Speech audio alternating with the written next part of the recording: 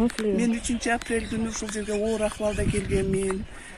Ушул Ош шаардык клиникалык бириккен оорукананын бүткүл жамаатына, дарыгерлерге, мээрбан эжелерге, кенже мээрбан эжелерге, администрациясына, ошондой эле республикадагы бүт консультативдик группага терең ыраазычылыгымды билгиземин. Албетте мен ушунчалык оор акыбалдан чыгарган, мага караганда ушул дарыгерлер көбүрөөк переживать этишти. Сиздерге чоң рахмат. Өзүңүздөр да ушул жерден жашынакай болуп чыгып кетиңиздер. Оорубаңыздар. Себеби биздин эң эме бул эң биринчи ден соолук. Ошон үчүн баардыгыңыздар ден соолугуңузда болуп, бала чакаңыздар менен тынч болуңуздар. Чоң рахмат сиздерге. Контрабанда вирусу менен күрөшө албаган биздин өкмөт, коррупция вирусу менен күрөшө албаган биздин өкмөт, кокодон алган дүйнөнү дүрбөлөңгө салган коронавирус менен күрөшө албаган биздин өкмөт айла жок. Ошол өкмөткө ачуусун айткан, же болбосо ак халатчандарды азапка салып койгон кыргыз өкмөтүнө атырылган Момбеков менен күрөшүп баштады. 2 күндөн бери элдин эрмеги мен болдум.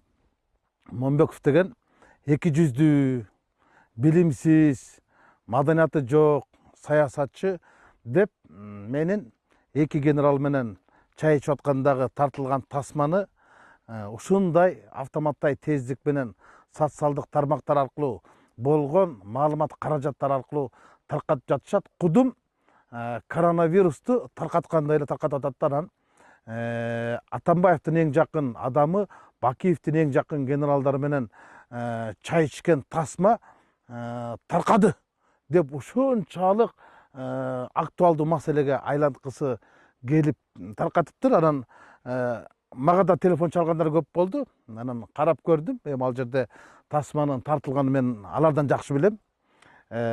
Бирок эң ирде мен элге рахмат айтам.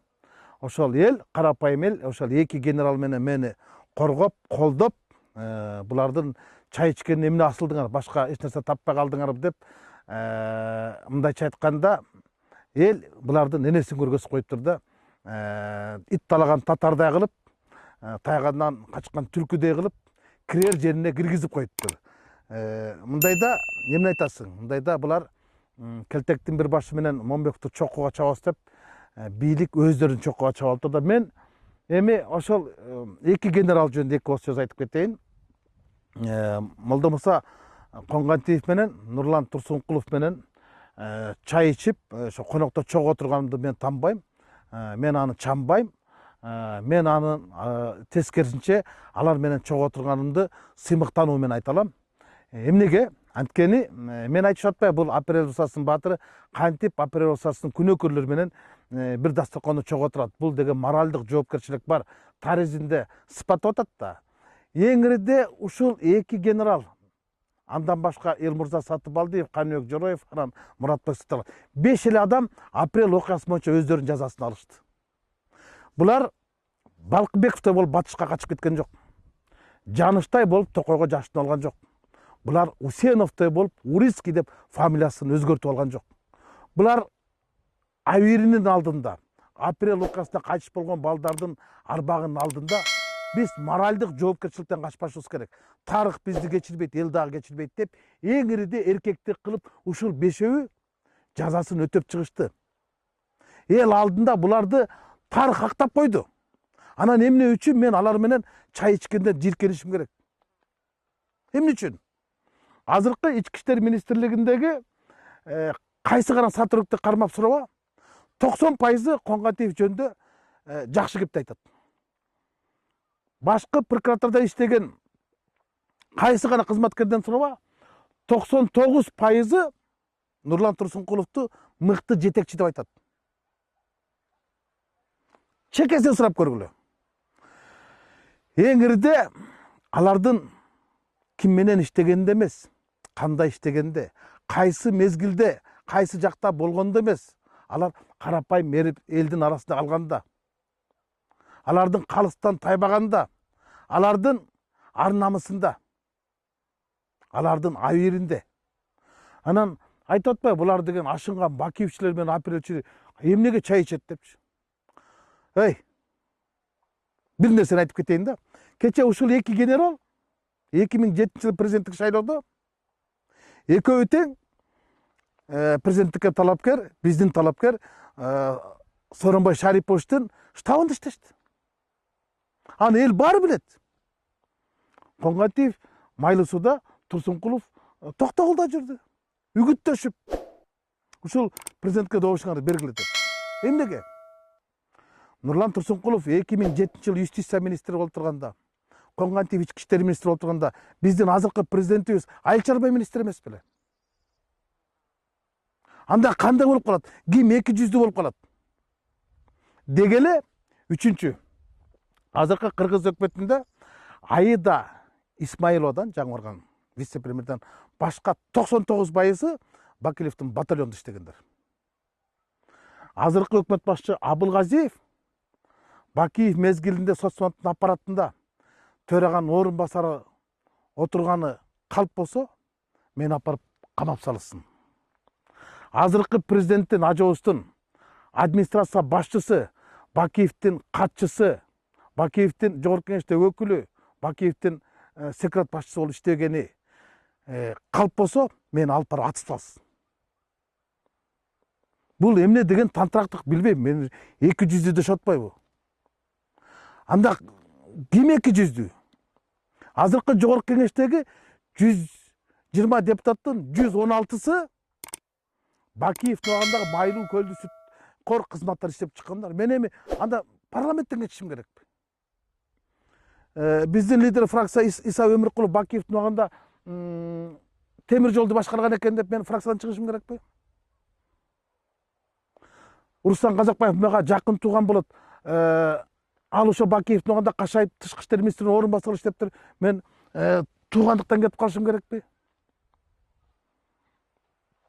Мындайда айтарга сөз да таппай калат экенсиң. Мен эмне кылышым керек? Же Бакиевдин Бишкек шаарындагы спикери бүгүн Бишкектин мэри. Мен эмне кылышым керек? Бишкекке пропискага турбашым керекпи? Артур Медетбеков мен айылдаш агам болот. Ага салам бербешим керекпи? Сабыр Жумабеков Бакиевден иштепсин деп мен ага көрүнбешим керекпи?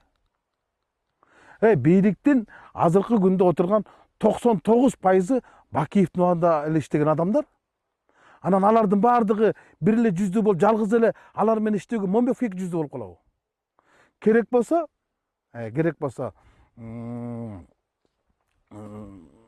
азыркы башкы прокурор, анын орун басары Өткүрбек Асылбекович, анын орун басары Нурлан Камалбекович, Ысык Өлү областынын прокурору, булардын баардыгы 2005-жылы Нурлан Турсункулов Талас областында прокурор болуп турган кезде көздөй көргөн кадрлар болчу. Ошол кезде каражаттын аздыгынан Өткүрбек Асылбекович төбө бурчак жерди ижарага алып, арендага алып иштеткенин өзү айтып берген. Анда алардын баары 200 болуп калабы? Азыркы Коңгатиев, азыркы комендант Орозалиев дагы, азыркы Жунушалиев, азыркы Алмаз комендант Орозалиев, булар Коңгатиевдин орун басары болушканда. Анда алар да 200дүбү? Анда бийликтегилердин баардыгы 200 экен да. Бийликтин баардыгы 200 экен да. Мен бир нерсе айтайын, мен ошол эки генерал менен отуруп чай ичкениме сыймыктанам. Алар анткени чыныгы жүзүн көргөздү. Ал эми билинбей бийликте жүргөн генералдар бар. Азыр дагы эч нерсени сезбестен моралды кой, жоопкерчиликти кой, тарыхты кой, азыр деле жүрүшпөйбү? Бийликтин ар кайсы бутактарында. Аларга караганда бул эки генерал элдин арасында жүрөт. Эч нерсе сурабай эле, эч нерсеге кызмат сурабай эле, сын такпай эле, өз абийирлери менен жүрүшпөйбү. Анан ошолор менен чай ичкен мен үчүн сыймыктуу дагы аларга менен чогуу жүргөн башка генералдар менен чай ичкен мен үчүн жийиркеничтүү. Мен ушуну айтып коеюн дедим. Анан бийликтин троллдор канчалык мени жаманат кылганга аракет кылбасын, майнап чыкпасын көрдү окшойт. Анткени эл баары бир чындык тарапта болорун ушул тасма аркылуу дагы бир жолу көргөзүп койду. Эми троллдор деген бул кыргызча корлор да. Акчага жалданган адам бул жашоодо алданган адамдан эч айырмасы жок да. Корлор, шорлор, алар жугунду кор дейсиңби, жугунду шор дейсиңби, айырмасы жок да. Бирок алар ириде башка нерсени кылып атпайбы? Маселен,